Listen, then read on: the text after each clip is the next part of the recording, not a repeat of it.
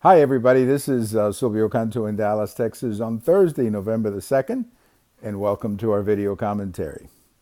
Some of you may be aware of the fact that there's an election coming up for governor in Virginia on Tuesday, November the 7th.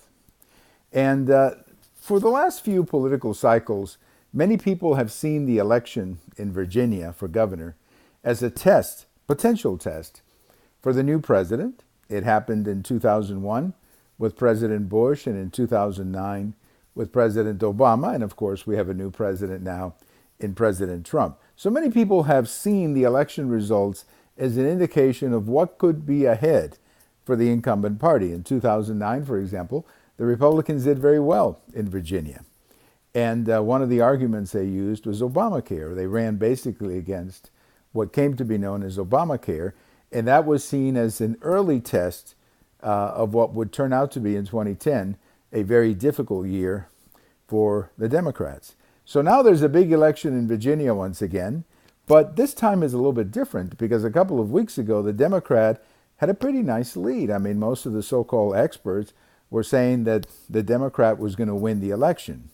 Well, over the last couple of weeks, this has become a total, complete dead heat. I mean, it's a dead heat. The last 6 polls have the Republican winning 3, the Democrat winning 3. One poll has the GOP up by 9. The other one has the Democrat up by 16. So there's a lot of polls, obviously. They may have to figure out maybe different samples and so on when you get results of that kind. But the bottom line is that for most people see this as a dead heat in Virginia.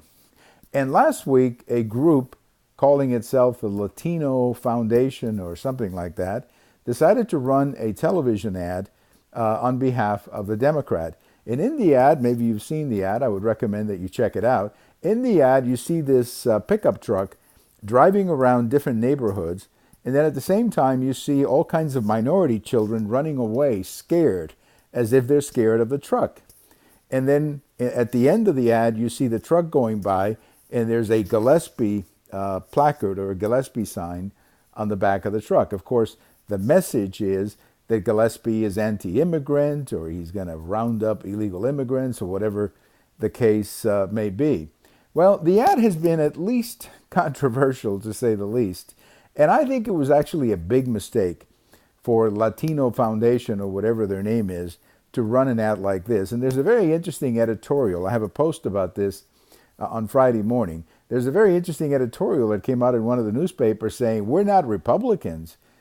Basically, the editorial said, we're not Republicans, but we don't think Republicans are bad people, which is what this television ad is suggesting. And I think the Democrats are going to pay a very heavy price for running this ad. If I was the Democrat candidate for governor in West Virginia, I would completely disown the organization in the ad, because what the ad is basically saying is that Republicans are bad people, that people who vote for the Republican nominee are bad people who hate illegal immigrants or whatever it may be. And I think this is a very bad message. And if the Democrat wins, then you're going to have a lot of trouble governing or bringing people back together. I mean, look, when you run a campaign like this of such utter hatred, it's going to come back to haunt you if you win the election. So we don't know who's going to win at the moment. It's a dead heat, as I said.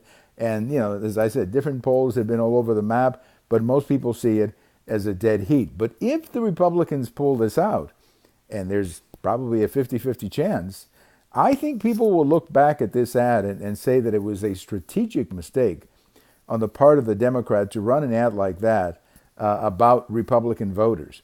And it's another example, really, frankly, of what happens when Democrats panic.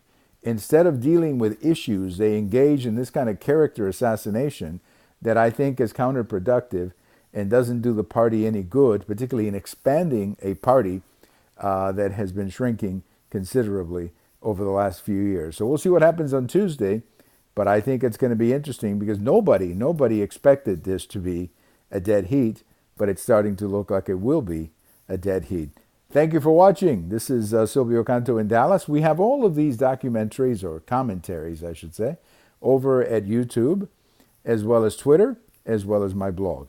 Have a wonderful day, everybody. Talk to you later.